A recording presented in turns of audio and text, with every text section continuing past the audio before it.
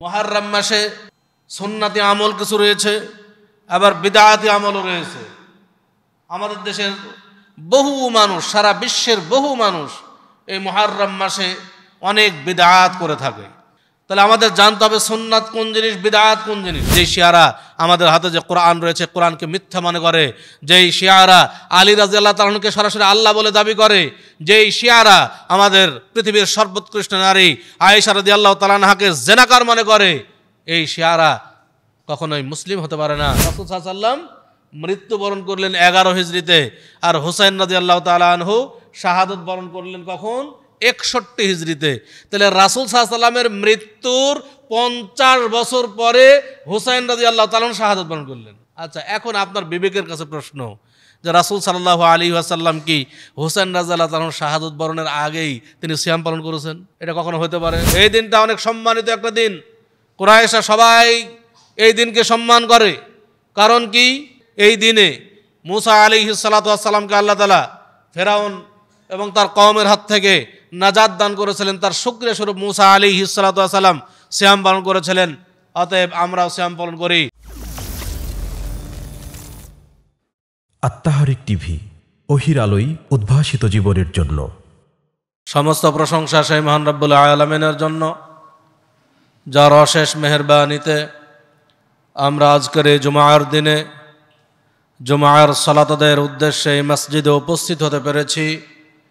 তাই মহান আল্লাহর শুকরিয়া স্বরূপ সবাই বলি আলহামদুলিল্লাহ।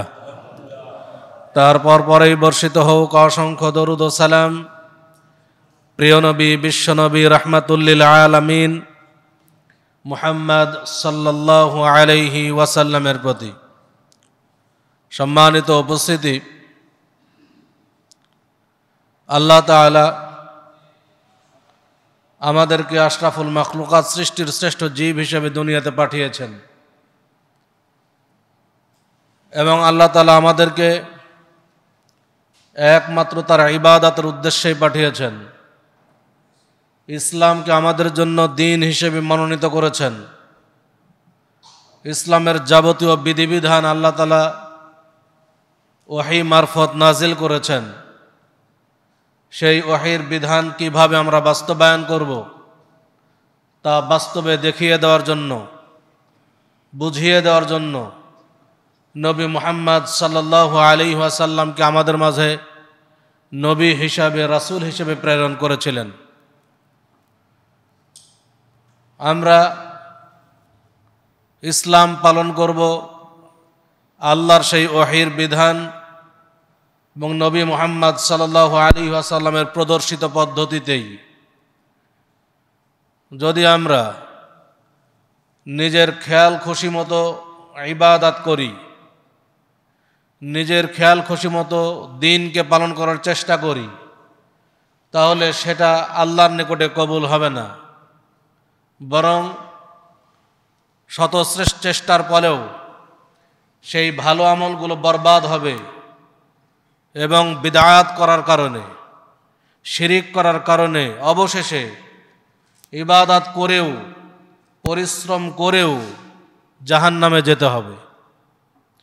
এজন্য আমরা, যেহেতু সবাই বিবেকবান মানুষ, আমরা ভালো মন্দ, ন্যায় অন্যায়, সঠিক ব্যাঠিক সবাই বুঝতে পারি। আমাদেরকে বুঝে শুনে ইবাদত করতে হবে, জেনে বুঝে ইবাদত করতে হবে। এজন্য আমাদের কিছু লেখাপড়া করাও দরকার। আল্লাহ তাআলা পবিত্র কোরআন মাজিদে ঘোষণা দিচ্ছেন, ফা'লাম আন্নাহু লা ইলাহা ইল্লাল্লাহ। আগে জানো যে আল্লাহ ছাড়া সত্য ইলাহ নাই, জানতে হবে। আল্লাহ তাআলা পবিত্র কোরআন মাজিদের প্রথম আয়াত নাজিল করলেন, ইকরা বিসমি রাব্বিকাল্লাযী খালাক। তাহলে ইকরা দিয়ে শুরু, পড়ুন, পড়তে হবে। রাসূলুল্লাহ সাল্লাল্লাহু আলাইহি ওয়াসাল্লাম বলছেন, তালাবুল ইলমি ফারিদাতুন আলা কুল্লি মুসলিমিন। প্রত্যেক মুসলিমের উপরে ইলম অর্জন করা ফরজ। অতএব ইলম অর্জনের গুরুত্ব দেওয়া হয়েছে, জানার গুরুত্ব দেওয়া হয়েছে। আমরা যেই ইসলাম মানব, যেই ইসলাম মেনে, যেই ইবাদত করে আমরা জান্নাতে প্রবেশ করব, সেই ইসলাম আমার সঠিক হচ্ছে কিনা, সেই ইবাদত সঠিকভাবে পালন হচ্ছে কি না সেটা আমার আপনার যাচাই করার দায়িত্ব রয়েছে। আমরা যখন বাজারে কাপড় কিনতে যাই সবসময় চেষ্টা করি ভালো কাপড় কোনটা, বেশি টেকসই হবে কোনটা। বাজারে জুতা কিনতে গেলে ভালো চামড়ার জুতা খুঁজি, যে কোন জুতা বেশি টেকসই হবে। সব জিনিস আমরা ভালো খুঁজি। বাজারে বেগুন কিনতে গেলে আমরা আগে ভালোভাবে দেখি যে কোন বেগুনটি পোকা লাগা আর কোন বেগুনটিতে পোকা নেই, ভালো বেগুন। সব কিছুই কিন্তু আমরা দুনিয়াবি ক্ষেত্রে ভালো খোঁজারই চেষ্টা করি, কিন্তু ইসলামের ব্যাপারে আমরা কিন্তু সেই চেষ্টাটা করি না। বরং ইমাম সাহেব বলেছে, অমুক ইমাম বলেছে, বাস ওটাই আমার জন্য যথেষ্ট, আমার আর কোনো ইলম অর্জনের দরকার নেই, আমার কোনো কিছু খোঁজার দরকার নেই। অথচ এক কাঠা জমি কিনতে গেলে জমির দলিল ঠিক আছে কিনা এর জন্য আমি অনেক দৌড়াদৌড়ি করি, কিন্তু নিজেরা ইবাদত ঠিক হচ্ছে কিনা, নিজের আমল ঠিক হচ্ছে কিনা এ ব্যাপারে আমাদের কোনো চেষ্টা নেই, কারো কাছে যাওয়া নেই। আমরা কয়জন বলতে পারবো যে কোনো একজন আলেম আসলো, তাকে আমি 2 রাকাত সালাত আদায় করে দেখাইলাম, দেখেন তো আমার এই 2 রাকাত সালাত ঠিক হচ্ছে কিনা, কোনো জায়গায় ভুল আছে কিনা একটু দেখুন তো। এইভাবে কয়জন আলেমের সামনে আপনি 2 রাকাত সালাত আদায় করে দেখলেন? দেখেন নাই। কারণ যেহেতু দুনিয়াবি আমাদের কোনো স্বার্থ নাই, পরকালীন স্বার্থ জান্নাত, কবে মরবো আর কবে জান্নাতে যাবে এটা মনে হয় আমাদের কাছে বাকির বিষয়। এই জন্য আমরা এই পরকালীন বিষয়গুলোতে, দ্বীনি বিষয়গুলোতে আমাদের গুরুত্ব কম। অথচ আমাদের এই দ্বীনি বিষয়গুলোতে গুরুত্ব বেশি দেওয়া উচিত ছিল, যে আমার কোন ইবাদত কিভাবে করতে হবে, কোন ইবাদত কি উদ্দেশ্যে করতে হবে, কোনটা সুন্নাত আর কোনটা বিদআত, কোনটা শিরক কোনটা তাওহীদ, এই সম্পর্কে আমাদের ইলম অর্জন করে শিরককে বর্জন করে তাওহীদপন্থী হওয়া, বিদআতকে বর্জন করে সুন্নাতপন্থী হওয়া প্রয়োজন ছিল।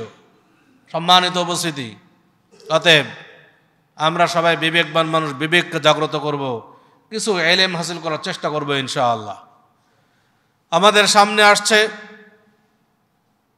মুহররম মাস, জিলহজ মাস শেষ হয়ে যাচ্ছে, মুহররম মাস আমাদের চলে এসেছে প্রায়। মুহররম মাস সম্পর্কে অল্প কিছু কথা আমাদের বলা দরকার। মুহররম মাসে কিছু সুন্নাত রয়েছে, কিছু বিদআত রয়েছে। সুন্নাতি আমল কিছু রয়েছে, আবার বিদআতি আমলও রয়েছে। আমাদের দেশের বহু মানুষ, সারা বিশ্বের বহু মানুষ এই মুহররম মাসে অনেক বিদআত করে থাকে। তাহলে আমাদের জানতে হবে সুন্নাত কোন জিনিস, বিদআত কোন জিনিস। মুহররম মাসে যে বিদআতগুলো করা হবে সেগুলো মানুষ ভালো উদ্দেশ্যেই করে থাকে, মনে করে এটা আমরা ভালো উদ্দেশ্যেই করছি, নেকি পাওয়ার উদ্দেশ্যে করছি, ভালো কাজ মনে করেই করছি, কিন্তু সেটা বিদআতে পরিণত হচ্ছে। আমরা বোঝারই চেষ্টা করছি না যে এটা সুন্নাত আর এটা বিদআত। সুন্নাত কাকে বলে, বিদআত কাকে বলে, এটা না বোঝার কারণেই ভালো কাজের দোহাই দিয়ে আমরা অনেক কিছু করছি যেটা বিদআতে পরিণত হচ্ছে। আল্লাহর রাসূল সাল্লাল্লাহু আলাইহি ওয়াসাল্লাম তার মৃত্যুর 80 দিন পূর্বে বিদায় হজ্জের ভাষণে ঘোষণা দিলেন, তারাকতু ফীকুম আমরাইন লান তাদিল্লু মা তামাসসাকতুম বিহিমা কিতাবাল্লাহি ওয়া সুন্নাত নাবিয়্যিহি। আমি তোমাদের মাঝে 2টি বস্তু ছেড়ে যাচ্ছি, যতদিন পর্যন্ত তোমরা এই 2টি বস্তুকে দৃঢ়ভাবে আঁকড়ে ধরে থাকবে ততদিন তোমরা পথভ্রষ্ট হবে না। সেই 2টি বস্তু কি? কিতাব আল্লাহ, আল্লাহর কিতাব কোরআন, ওয়া সুন্নাত নাবিয়্যিহি, এবং তার নবীর সুন্নাত। আল্লাহর রাসূল সাল্লাল্লাহু আলাইহি ওয়াসাল্লামের ঘোষণা যে আমরা যদি কোরআন এবং সুন্নাহকে আঁকড়ে ধরি পথভ্রষ্ট হব না। তাহলে সুন্নাহ বলতে একটা জিনিস আছে যা আঁকড়ে ধরলে পথভ্রষ্ট হবে না। ঘোষণা দিলেন কে? নবী মুহাম্মদ সাল্লাল্লাহু আলাইহি ওয়াসাল্লাম। আবার আরেক হাদিসে রাসূল সাল্লাল্লাহু আলাইহি ওয়াসাল্লাম বলছেন, শাররুল উমুরি মুহদাসাতুহা, নিকৃষ্ট কাজ হচ্ছে দ্বীনের মধ্যে নতুন কিছু সৃষ্টি করা। ওয়া কুল্লু মুহদাসাতিন বিদআহ, আর দ্বীনের মধ্যে প্রত্যেক নতুন সৃষ্টি হচ্ছে বিদআত। ওয়া কুল্লু বিদআতিন দালালাহ, আর প্রত্যেক বিদআত হচ্ছে ভ্রষ্টতা। ওয়া কুল্লু দালালাতিন ফিন্নার, আর প্রত্যেক ভ্রষ্টতার পরিণাম হলো জাহান্নাম। তাহলে বিদআত বলে একটা জিনিস আছে যার পরিণাম হলো জাহান্নাম, এটাও কিন্তু রাসূলুল্লাহ সাল্লাল্লাহু আলাইহি ওয়াসাল্লামই ঘোষণা দিয়েছেন। সুন্নাত বলতে একটা বস্তু রয়েছে যা পালন করলে আমরা পথভ্রষ্ট হব না, জান্নাতে যাব। বিদআত বলতে আরেকটা জিনিস আছে যা পালন করলে আমরা পথভ্রষ্ট হব, জাহান্নামে যাব। সুন্নাত পালন করলে জাহান্নাম থেকে বাঁচবো, পথভ্রষ্ট হব না। বিদআত করলে পথভ্রষ্ট হব, জাহান্নামে যাব। দুই ঘোষণাই তো রাসূলুল্লাহ সাল্লাল্লাহু আলাইহি ওয়াসাল্লামের। তাহলে আমাদের জানতে হবে সুন্নাত কোন জিনিস আর বিদআত কোন জিনিস। সুন্নাত পালন করতে হবে, বিদআত বর্জন করতে হবে। সুন্নাত হলো রাসূলুল্লাহ সাল্লাল্লাহু আলাইহি ওয়াসাল্লাম যা করেছেন, যা করতে বলেছেন, কাউকে করতে দেখলে নিষেধ করেননি, সমর্থন করেছেন, এটাই হচ্ছে সুন্নাত। বিদআত হচ্ছে এর সম্পূর্ণ বিপরীত। রাসূলুল্লাহ সাল্লাল্লাহু আলাইহি ওয়াসাল্লাম করেননি, করতে বলেননি, সমর্থন করেননি এমন কোনো কাজকে যদি আমরা নেকি পর উদ্দেশ্যে করি তাহলে হবে বিদআত। ইসলামের বিধান মনে করে পালন করি তাহলে হবে বিদআত। যেমন উদাহরণ দিলে বুঝবেন, আজান হলো ইবাদত, আজান হলো ইবাদত। রাসূলুল্লাহ সাল্লাল্লাহু আলাইহি ওয়াসাল্লামের জামানায় আজান দেওয়া হতো। আজানের বাক্য যেভাবে শিক্ষা দেওয়া হয়েছে, আজানের পদ্ধতি যেভাবে জানানো হয়েছে, কিয়ামত পর্যন্ত আজানের পদ্ধতি সেভাবেই যদি থাকে তাহলে সেটা সুন্নতি পদ্ধতি হবে। কিন্তু কোনো এক জামানায় যদি আজানের পদ্ধতি পরিবর্তন করে কেউ, অন্য কোনো পদ্ধতিতে আজান দেয়, তাহলে সেটা বিদআত হবে। কারণ সে আজান হলো ইবাদত, আজান হলো ইবাদত। ইবাদত মনে করে নেকি পর উদ্দেশ্যে এমন কোনো কাজ করা যেটা রাসূল সাল্লাল্লাহু আলাইহি ওয়াসাল্লাম করেননি, করতে বলেননি, সমর্থন করেননি, তাহলে সেটাই হবে বিদআত। এখন আমরা অনেকেই বলি রাসূল সাল্লাল্লাহু আলাইহি ওয়াসাল্লামের জামানায় যা ছিল না তাই যদি বিদআত হয়। আপনি যে মাইকে আজান দিচ্ছেন, মাইকে বক্তব্য দিচ্ছেন, মাইকে খুতবা দিচ্ছেন, মাইকে ইমামতি করছেন, ঘড়ি হাতে দিচ্ছেন, চশমা চোখে দিচ্ছেন, প্রাইভেট কার নিয়ে বক্তব্য দিতে এসেছেন, এগুলো রাসূল সাল্লাল্লাহু আলাইহি ওয়াসাল্লামের জামানায় ছিল না, এগুলোও তো বিদআত। আমি বলবো যারা এই কথা বলে তারা সুন্নাতও বোঝেনি, বিদআতও বোঝেনি। বিদআত মাইকে আজান দেওয়া হয় নেকি পর উদ্দেশ্যে নয়, মানুষের কাছে আওয়াজ পৌঁছানোর একটা মাধ্যম মাত্র। আজান একটা ইবাদত। কিন্তু আজান যদি মাইকে দেওয়া হয়, আল্লাহ রাসূল সাল্লাল্লাহু আলাইহি ওয়াসাল্লামের জামানায় মুখে দেওয়া হতো, এখন মাইকে দেওয়া হচ্ছে। মাইক মানুষের কাছে আজানের আওয়াজ পৌঁছানোর একটা মাধ্যম মাত্র। যেহেতু মাইক ইবাদতের কোনো অংশ নয়, অতএব মাইক বিদআত হওয়ার কোনো প্রশ্নই ওঠে না। হজ একটা ইবাদত। রাসূল সাল্লাল্লাহু আলাইহি ওয়াসাল্লাম বলছেন, খুযু আন্নী মানাসিকাকুম, তোমরা আমার পক্ষ থেকে হজ্জের পদ্ধতি গ্রহণ করো। অতএব কিয়ামত পর্যন্ত হজ্জের পদ্ধতি তাই থাকবে যেভাবে রাসূল সাল্লাল্লাহু আলাইহি ওয়াসাল্লাম পদ্ধতি শিক্ষা দিয়েছেন, দেখিয়ে দিয়েছেন। কোনো এক জামানায় যদি কেউ হজ্জের নতুন পদ্ধতি চালু করে তাহলে এই নতুন পদ্ধতির হজ বিদআতে পরিণত হবে। কিন্তু রাসূল সাল্লাল্লাহু আলাইহি ওয়াসাল্লামের জামানায় উটের পিঠে, ঘোড়ার পিঠে উঠে হজ্জে গিয়েছেন। এখন যুগে যুগে বাহন চেঞ্জ হতে হতে এখন বাহন হয়েছে প্লেন। আমরা প্লেনে উঠে হজ্জে যাই, বাহন চেঞ্জ হয়েছে, হজ্জের পদ্ধতির কোনো পরিবর্তন ঘটেনি। অতএব প্লেন ইবাদতের কোনো অংশ নয়, বরং প্লেন হজ্জের স্থানে পৌঁছার একটা মাধ্যম মাত্র। কোনো ব্যক্তি যদি এখনো মনে করে রাসূল উটের পিঠে উঠে হজ্জে গিয়েছেন, আমিও উটের পিঠে উঠে হজ্জে যাব, তাহলে নেকি বেশি পাবো, তাহলে উটের পিঠে উঠে হজ্জে যাওয়া বিদআত হবে। কারণ রাসূল সাল্লাল্লাহু আলাইহি ওয়াসাল্লাম উটের পিঠকে ইবাদত হিসেবে গ্রহণ করেননি, উটের পিঠকে তিনি বাহন হিসেবে ব্যবহার করেছিলেন। অতএব বাহনকে বাহনের জায়গায় রাখতে হবে, ইবাদতকে ইবাদতের জায়গায় রাখতে হবে। অতএব সুন্নাত আর বিদআত এই দুইটা জিনিস বুঝতে হবে। আমরা অনেকেই বলি যে কাজটা তো খারাপ নয়, সমস্যা কি? ভালো কাজের দোহাই দিয়ে আমরা অনেক কিছু করছি, কাজ খারাপ না, আমি যেটা করছি সেটা তো ভালো কাজই করছি, সমস্যা কোন জায়গায়? আমি কি খারাপ কাজ করছি নাকি?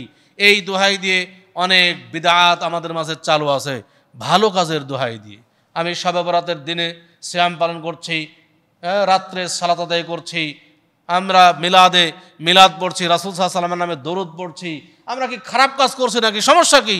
আমি তো ভালো কাজই করছি। এই দোহাই দিয়ে অনেক বিদআত চালু হয়েছে।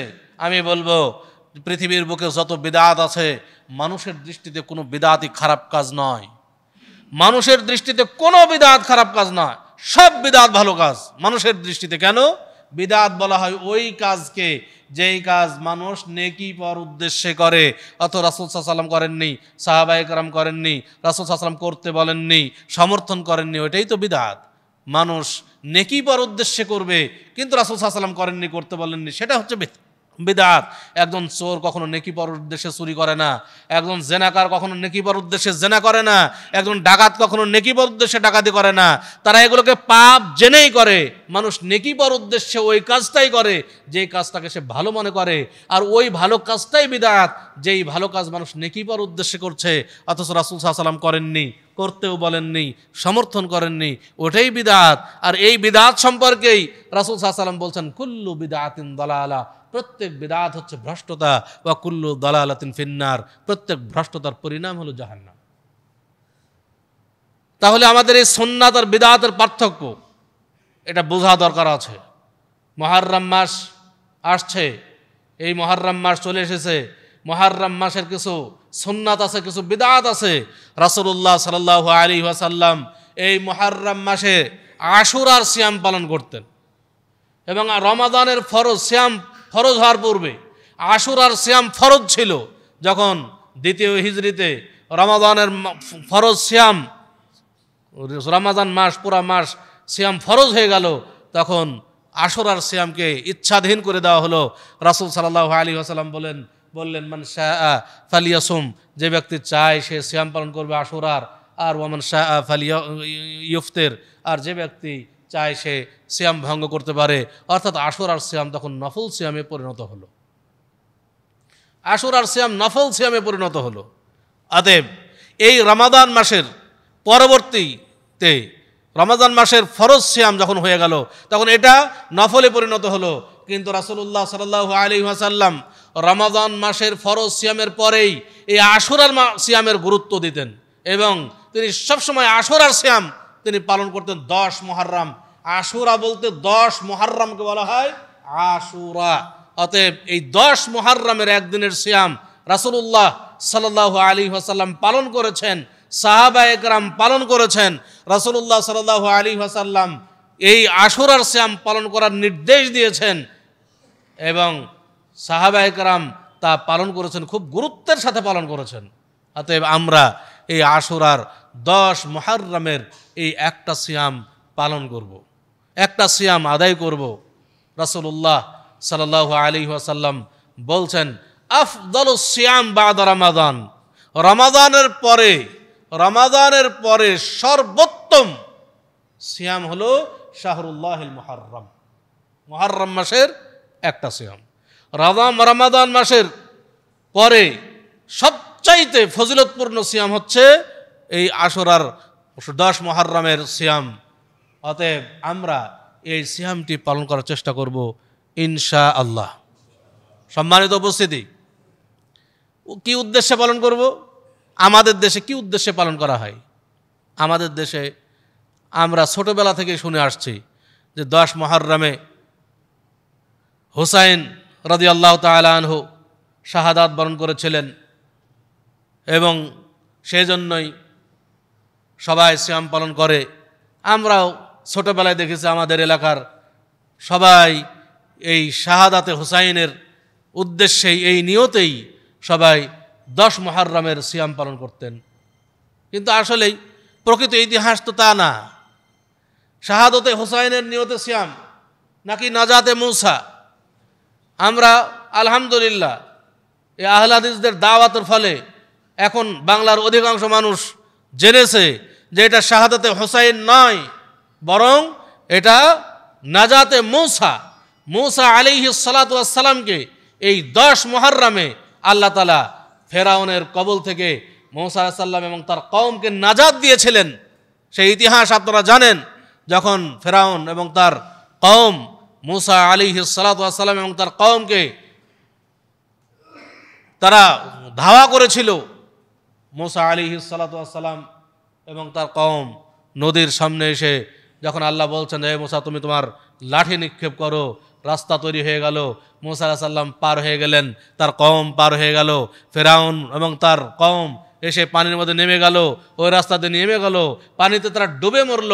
আল্লাহ তাআলা এই দিনেই মুসা আলাইহিস সালাতু ওয়াস সালাম এবং তার কওমকে অত্যাচারী ফিরআউন এবং তার কওমের হাত থেকে নাজাত দান করেছিলেন। এর শুকরিয়া স্বরূপ মুসা আলাইহিস সালাতু ওয়াস সালাম নিজে এই সিয়াম পালন করতেন আল্লাহর শুকরিয়া আদায়ের জন্য, এবং নবী মুহাম্মদ সাল্লাল্লাহু আলাইহি ওয়াসাল্লাম তার শুকরিয়া আদায়ের জন্য তিনি সিয়াম পালন করেছেন এবং আমাদেরকে পালন করতে নির্দেশ দিয়েছেন। অতএব আমরা নাজাতে মুসা আলাইহিস সালাতু ওয়াস সালামের নাজাত পেয়েছেন, সেই নিয়তেই তার শুকরিয়া স্বরূপ আমরাও সিয়াম পালন করব। কখনো যেন আমাদের নিয়ত এটা না হয় যে শাহাদাতে হুসাইন। আশ্চর্য লাগে, শাহাদাতে হুসাইন এই নিয়ত কিভাবে আমাদের দেশে চালু হলো? এটা শিয়ারা চালু করেছে। শিয়াদের একটা আকীদা আমাদের মাঝে ব্যাপক আকারে প্রসার লাভ করেছে। এর ফলে আসল সুন্নাত মানুষ ভুলে গেছে এবং তার উদ্দেশ্যই ভুলে গেছে এই সিয়াম পালনের উদ্দেশ্যটা কি। দেখেন, হুসাইন রাদিয়াল্লাহু তাআলা আনহু শাহাদাত বরণ করলেন কখন? হুসাইন আলাইহিস সালাতু ওয়াস সালাম শাহাদাত বরণ করেছিলেন 61 হিজরিতে। রাসূল সাল্লাল্লাহু আলাইহি ওয়াসাল্লাম জন্মগ্রহণ, রাসূল সাল্লাল্লাহু আলাইহি ওয়াসাল্লাম মৃত্যুবরণ করেছেন 11 হিজরিতে। রাসূল সাল্লাল্লাহু আলাইহি ওয়াসাল্লাম মৃত্যুবরণ করলেন 11 হিজরিতে, আর হুসাইন রাদিয়াল্লাহু তাআলা আনহু শাহাদাত বরণ করলেন কখন? 61 হিজরিতে। তাহলে রাসূল সাল্লাল্লাহু আলাইহি ওয়াসাল্লামের মৃত্যুর 50 বছর পরে হুসাইন রাদিয়াল্লাহু তাআলা শাহাদাত বরণ করলেন। আচ্ছা, এখন আপনার বিবেকের কাছে প্রশ্ন যে রাসূল সাল্লাল্লাহু আলাইহি ওয়াসাল্লাম কি হুসাইন রাদিয়াল্লাহু তাআলা শাহাদাত বরণের আগেই তিনি সিয়াম পালন করেছেন? এটা কখনো হতে পারে যে শাহাদাতে হুসাইন তিনি বেঁচে আছেন, জীবিত আছেন, তার জীবদ্দশায় রাসূল সাল্লাল্লাহু আলাইহি ওয়াসাল্লাম শাহাদাতে হুসাইন রাদিয়াল্লাহু তাআলা শাহাদাত বরণের জন্য সিয়াম পালন করবেন? মুসা আলাইহিস সালাম সিয়াম পালন করলেন, সেই আগের রাসূল সাল্লাল্লাহু আলাইহি ওয়াসাল্লাম আগে কুরাইশরা তারাও সিয়াম পালন করতো, এই দিনকে সম্মান করত, সবাই সিয়াম পালন করছে। অথচ আমাদের দেশে মুসলিমদেরকে কিভাবে তার ব্রেনকে ওয়াশ করে একটা সত্য জিনিসকে ঢেকে দিয়ে মিথ্যাকে বিজয় লাভ, মানে মিথ্যা দিয়ে সত্যকে ঢেকে দিয়েছে। সম্মানিত উপস্থিতি, আমাদের বুঝতে হবে, আমাদের বিবেককে জাগ্রত করতে হবে। শাহাদাতে হুসাইন কখনো হতে পারে না। হুসাইন রাদিয়াল্লাহু তাআলা রাসূল সাল্লাল্লাহু আলাইহি ওয়াসাল্লামের মৃত্যুর 50 বছর পরে তিনি শাহাদাত বরণ করেছিলেন, আর রাসূল সাল্লাল্লাহু আলাইহি ওয়াসাল্লাম সিয়াম পালন করেছেন, সাহাবা ইকরাম সিয়াম পালন করেছেন। দ্বিতীয় হিজরিতে রমজান এর সিয়াম ফরজ হওয়ার পূর্বে সিয়াম ফরজ ছিল। অতএব এইটা কখনোই শাহাদাতে হুসাইন হতে পারে না, বরং এটা নাজাতে মুসা এই উদ্দেশ্যে, এর শুকরিয়া আদায়ের জন্য আমরা এই একদিন 10 মুহররমে সিয়াম পালন করব। রাসূল সাল্লাল্লাহু আলাইহি ওয়াসাল্লামকে বলা হলো, তিনি যখন মদিনায় হিজরত করলেন, মদিনার মানুষ 10 মুহররমে সিয়াম পালন করে। রাসূল সাল্লাল্লাহু আলাইহি ওয়াসাল্লাম জিজ্ঞেস করলেন, তোমরা এই দিনে সিয়াম পালন করো, এই দিন কি? মদিনার মানুষ রাসূল সাল্লাল্লাহু আলাইহি ওয়াসাল্লামকে বললেন, হে আল্লাহ রাসূল সাল্লাল্লাহু আলাইহি ওয়াসাল্লাম, এই দিনটা এমন একটা দিন, এই দিনটা অনেক সম্মানিত একটা দিন। কুরাইশরা সবাই এই দিনকে সম্মান করে। কারণ কি? এই দিনে মুসা আলাইহিস সালাতু ওয়াস সালামকে আল্লাহ তাআলা ফিরআউন এবং তার কওমের হাত থেকে নাজাত দান করেছিলেন। তার শুকরিয়া স্বরূপ মুসা আলাইহিস সালাতু ওয়াস সালাম সিয়াম পালন করেছিলেন। অতএব আমরাও সিয়াম পালন করি। রাসূলুল্লাহ সাল্লাল্লাহু আলাইহি ওয়াসাল্লাম বললেন, ফানাহনু আহাক্কু ওয়া আউলা বিমুসা মিনকুম, আমরা তোমাদের চাইতে মুসা আলাইহিস সালাতু ওয়াস সালামের সুন্নাত পালনের বেশি হকদার। অতএব তিনি নিজে সিয়াম পালন করলেন, অন্যকে নির্দেশ দিলেন। রাসূল সাল্লাল্লাহু আলাইহি ওয়াসাল্লামকে বলা হলো, হে আল্লাহর রাসূল সাল্লাল্লাহু আলাইহি ওয়াসাল্লাম, এই 10 মুহররম এমন একটা দিন যেই দিনকে ইহুদিরাও সম্মান করে। রাসূল সাল্লাল্লাহু আলাইহি ওয়াসাল্লাম বললেন, খালিফু আল ইয়াহুদ, তোমরা ইহুদিদের খেলাফ করো, বিপরীত করো, বিরুদ্ধাচারণ করো। তারা এই দিনে একদিন সিয়াম পালন করে। ইনশাআল্লাহ যদি সামনেবার আমরা 9 মুহররম সিয়াম পালন করব, 9 মুহররম সিয়াম পালন করবো। তারা একদিন করে, আমরা 2 দিন সিয়াম পালন করব, তাদের বিপরীত করার জন্য। কিন্তু দুঃখের বিষয় হলো, পরের বছর মুহররম আসার আগেই নবী মুহাম্মদ সাল্লাল্লাহু আলাইহি ওয়াসাল্লাম তিনি এই পৃথিবী ত্যাগ করেছেন এবং তিনি মৃত্যুবরণ করেছেন। ফলে আর সিয়াম পালন করতে পারেননি। কিন্তু তার এই যে নির্দেশনা যে সামনে বছর আমরা 9 মুহররম সিয়াম পালন করব, আমরা চেষ্টা করব সবাই 9 মুহররম সিয়াম পালন করার। 9 এবং 10, 9 মুহররম এবং 10 মুহররম এই 2 দিন আমরা সিয়াম পালন করার চেষ্টা করব ইনশাআল্লাহ। সহিহ ইবনে খুজাইমাতে আর একটা হাদিস এসেছে, যদিও এই হাদিসটির ব্যাপারে কিলকাল আছে কিছু, তারপরে বলা হচ্ছে যে ক্বাবলাহু ইয়াওমান আও বা'দাহু ইয়াওম, তোমরা কি করো, আগে একদিন অথবা পরে একদিন বাড়াও। অতএব এই হাদিসের প্রতি যদি আমল করা হয় তাহলে 9-10 অথবা 10-11, 9-10 মুহররম অথবা 10-11 মুহররম সিয়াম পালন করা, 10টাকে ঠিক রেখে আগে একদিন অথবা পরে একদিন, তবে আগে একদিন অর্থাৎ 9-10 রাখাই সবচাইতে উত্তম, কারণ এই ব্যাপারে কোনো কিলকাল নেই, এই ব্যাপারে কোনো সন্দেহ নেই, রাসূল সাল্লাল্লাহু আলাইহি ওয়াসাল্লামের সহিহ হাদিস দ্বারা প্রমাণিত। অতএব 9 মুহররম এবং 10 মুহররম এই 2 দিন সিয়াম পালন করার চেষ্টা করবো ইনশাআল্লাহ। কারণ সিয়াম অত্যন্ত গুরুত্বপূর্ণ ইবাদত। রাসূলুল্লাহ সাল্লাল্লাহু আলাইহি ওয়াসাল্লাম বলছেন, মান সামা ইয়াওমান ফি সাবিলিল্লাহ, যে ব্যক্তি আল্লাহর সন্তুষ্টির জন্য একদিন সিয়াম পালন করবে, বা'আদাল্লাহু ওয়াজহাহু আনিন নারি 70 খরিফা, আল্লাহ তাআলা তার চেহারাকে জাহান্নামের আগুন থেকে 70 বছরের পর দূরত্ব সৃষ্টি করে দেবেন। অতএব আমরা সিয়াম পালন করার চেষ্টা করব। রাসূলুল্লাহ সাল্লাল্লাহু আলাইহি ওয়াসাল্লাম বলছেন, মান সামা ইয়াওমান ফি সাবিলিল্লাহ ইবতিগা ওয়াজহিল্লাহ, যে ব্যক্তি আল্লাহর সন্তুষ্টির জন্য একদিন সিয়াম পালন করবে, খুতিমা লাহু বিহা, আর এই সিয়ামটি যদি তার শেষ আমল হয়, দাখালাল জান্নাহ, সে জান্নাতে প্রবেশ করবে। অতএব যতদূর সম্ভব আমরা এই নফল সিয়ামগুলো বেশি বেশি পালন করার চেষ্টা করব। বিশেষ করে রাসূল সাল্লাল্লাহু আলাইহি ওয়াসাল্লাম প্রত্যেক সোমবার বৃহস্পতিবার সিয়াম পালন করতেন, আমরা চেষ্টা করব ইনশাআল্লাহ। রাসূল সাল্লাল্লাহু আলাইহি ওয়াসাল্লাম প্রতি মাসে আইয়ামে বিদ 3টি সিয়াম পালন করতেন, 13, 14, 15, এই সিয়ামগুলো আমরা পালন করার চেষ্টা করব ইনশাআল্লাহ। রাসূলুল্লাহ সাল্লাল্লাহু আলাইহি ওয়াসাল্লাম মুহররমের সিয়াম পালন করতেন, 10 মুহররমের সিয়াম পালন করতেন, এবং তিনি 9-10 সিয়াম পালন করার জন্য বলেছেন। আমরা মুহররম মাসের 9-10 সিয়াম পালন করার জন্য চেষ্টা করব ইনশাআল্লাহ। রাসূল সাল্লাল্লাহু আলাইহি ওয়াসাল্লাম আরাফার দিনের একটা দিন সিয়াম পালন করার নির্দেশ দিয়েছেন, তিনি বলেছেন আমরা সেই সিয়াম পালন করার চেষ্টা করব। আমরা এই সিয়ামগুলো পালনে অভ্যস্ত হব দুনিয়াতে। এই সিয়ামগুলো যদি আমরা পালন করি, এগুলোই আমাদের জন্য জান্নাতের ওয়াসিলা হয়ে যাবে ইনশাআল্লাহ। আমরা সবাই জান্নাতের উদ্দেশ্যে কাজ করব, জান্নাত আমরা পেতে চাই, জান্নাতে যেতে চাই আমরা। অতএব আমরা যেন জান্নাত পেতে পারি, জান্নাতের জন্য এই কাজগুলো আমাদের করা খুবই জরুরি। আমরা সবাই চেষ্টা করব ইনশাআল্লাহ। সম্মানিত উপস্থিতি, এরপরে এই মাসে কিছু বিদআত করা হয়। সেই বিদআতগুলো কি কি? কিছু বিদআত করা হয়, যেমন বিদআতগুলোর মধ্যে একটা বিদআত হলো যে শাহাদাতে হুসাইনের উদ্দেশ্যে সিয়াম পালন করা, যেটা বললাম। এই উদ্দেশ্য যে নিয়ে যদি কেউ সিয়াম পালন করে, এই সিয়ামটি সুন্নাত থেকে বিদআতে পরিণত হবে, যদি নিয়ত পরিবর্তন হয়ে যাওয়ার জন্য। 2 নাম্বার, এই দিনে তাজিয়া মিছিল বের করা। আমাদের দেশে তাজিয়া মিছিল বের করা হয়।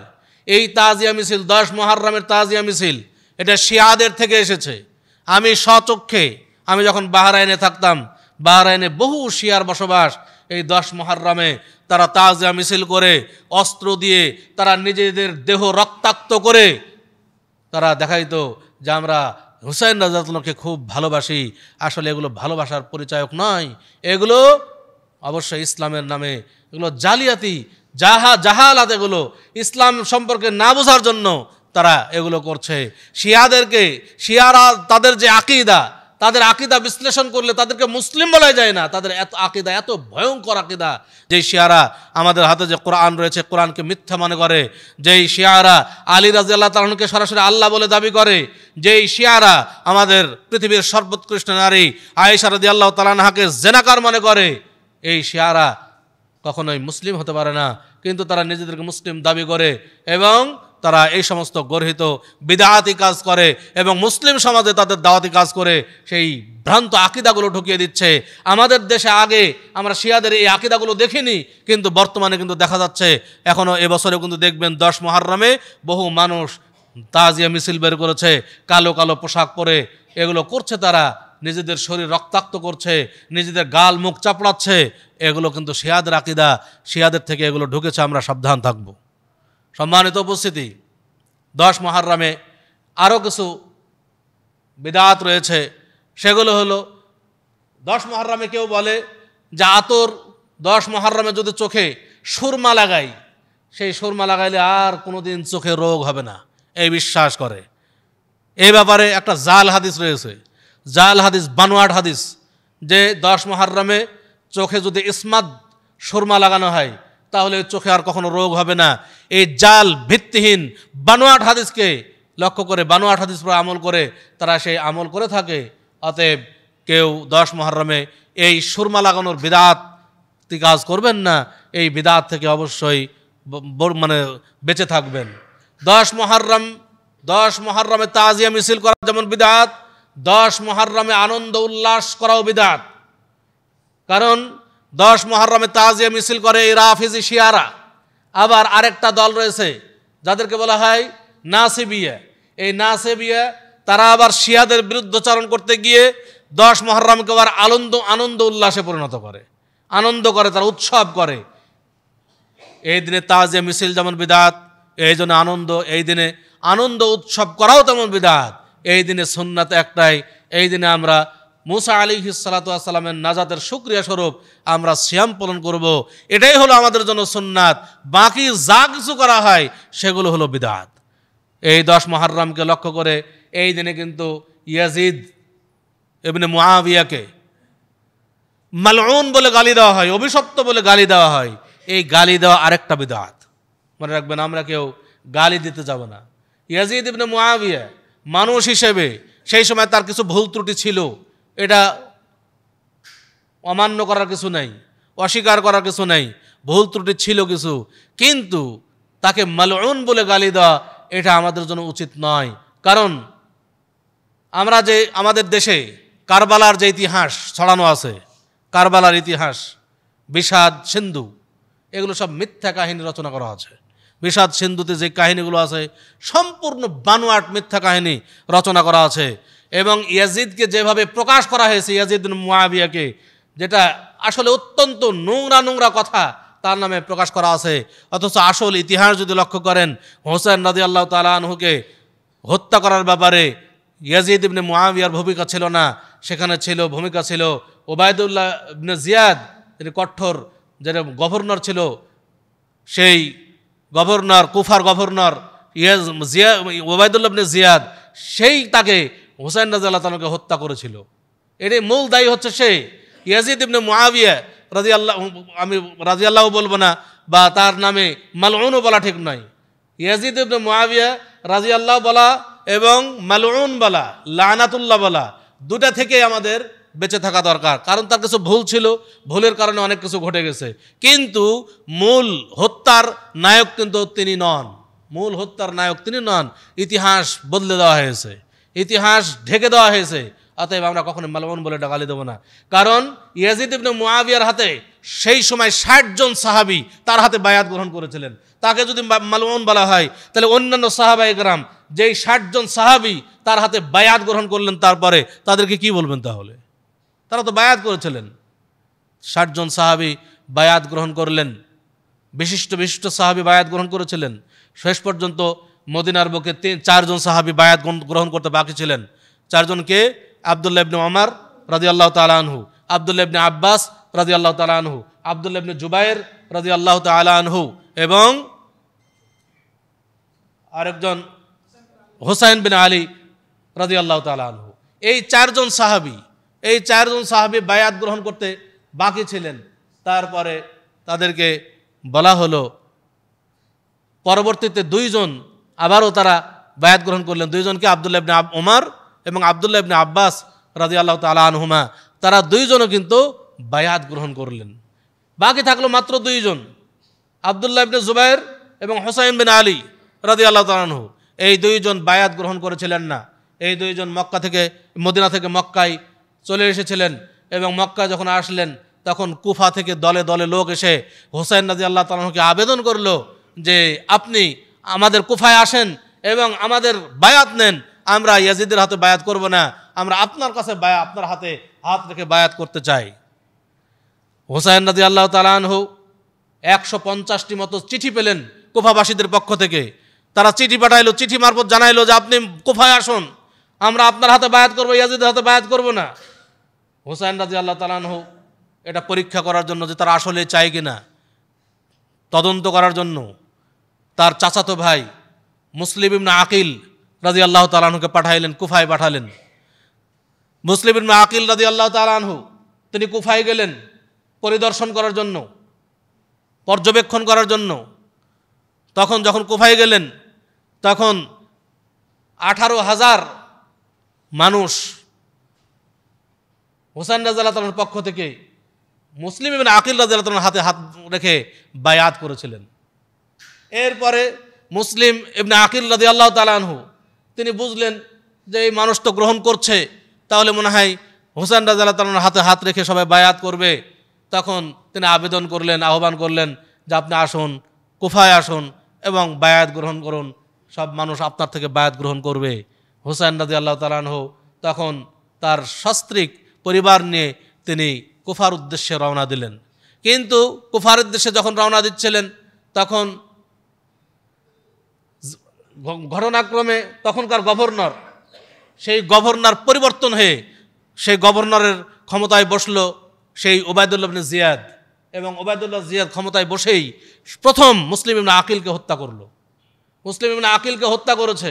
এরপরে সে হোসেন রাদিয়াল্লাহু তাআলা যখন কুফায় যাচ্ছে তখন তার গতিরোধ করেছে, পথ বন্ধ করেছে। হোসেন রাদিয়াল্লাহু তাআলা আনহু আবেদন করলেন, 3টি আবেদন করেছিলেন যে আমাকে সীমান্তবর্তী কোনো জায়গায় যাওয়ার অনুমতি দেওয়া হোক, অথবা আমাকে মদিনায় ফিরে যাওয়ার অনুমতি দেওয়া হোক, অথবা আমাকে ইয়াজিদের হাতে হাত রেখে বায়াত গ্রহণ করার অনুমতি দেওয়া হোক। কিন্তু কোনো সুযোগই তাকে দিল না, কোনো সুযোগ দেওয়া হয়নি। হুসাইন রাদিয়াল্লাহু তাআলা পর্যন্ত তখন আবেদন করেছিল, 3টা আবেদনের মধ্যে একটা এও ছিল যে আমাকে ইয়াজিদের হাতে হাত রেখে বায়াত গ্রহণ করার সুযোগ দেওয়া হোক। কোনো সুযোগ না দিয়ে তার সাথে যুদ্ধে জড়িয়ে গেল, তাকে নির্মমভাবে হত্যা করা হলো। এর জন্য দায়ী হচ্ছে ওবায়দুল্লাহ ইবনে জিয়াদ। কিন্তু পরে অনেক আফসোস করেছে এই হত্যার জন্য ইয়াজিদ ইবনে মুআবিয়া, অনেক আফসোস করেছে। তার আফসোসের অনেক কাহিনী, সেটা বলতে গেলে সময় বহু লাগবে, সময় নেই। আমি বলছি যে এর আসল ইতিহাস আমাদের পড়া দরকার, না পড়ে একজনকে গালি দেওয়া এটা মোটেও উচিত নয়। কারণ আল্লাহ রাসূল সাল্লাল্লাহু আলাইহি ওয়াসাল্লামের হাদিস, তিনি বলছেন কেউ যদি রোমক যুদ্ধে অংশগ্রহণ করে নেতৃত্ব দেয় তারা ক্ষমাপ্রাপ্ত হবে। সেই যুদ্ধে কিন্তু ইয়াজিদ ইবনে মুআবিয়া নেতৃত্ব দিয়েছিল। অতএব বিভিন্ন ইতিহাস পর্যালোচনা করলে সেটাকে মালউন বলার সুযোগ নাই। কিন্তু তার দোষ ত্রুটি যেহেতু কিছু আছে, তার দোষের কারণে উলামা একরাম তাকে রাদিয়াল্লাহু তাআলা আনহু বলছেন না, বা মালউনও বলছেন, লানাতুল্লাহ বলছেন না। এটা আল্লাহর উপরে ছেড়ে দিতে হবে। অযথা কাউকে গালি দিয়ে আমি কেন নিজের উপরে এটা নিয়ে চলে আসবো? আমার গালি দেওয়ারও প্রয়োজন নাই, তার জন্য কিছু করারও দরকার নাই। এটা আল্লাহর উপরে ছেড়ে দিতে হবে। আল্লাহ সঠিক বিচারকর্তা, আল্লাহ ফয়সালাদাতা, আল্লাহ ফয়সালা করবেন কার কি হবে, আল্লাহ ভালো জানেন, আমরা এটা জানি না, এটা আমাদের ইলমের বাইরে। অতএব আমরা এই ব্যাপারগুলোতে স্টপ থাকবো, আমরা এই ব্যাপারগুলো কোনো কথা বলবো না। আল্লাহ তাআলা আমাদের উপর রহম করুন, এই বিষয়গুলো জানার এবং মানার তৌফিক দান করুন।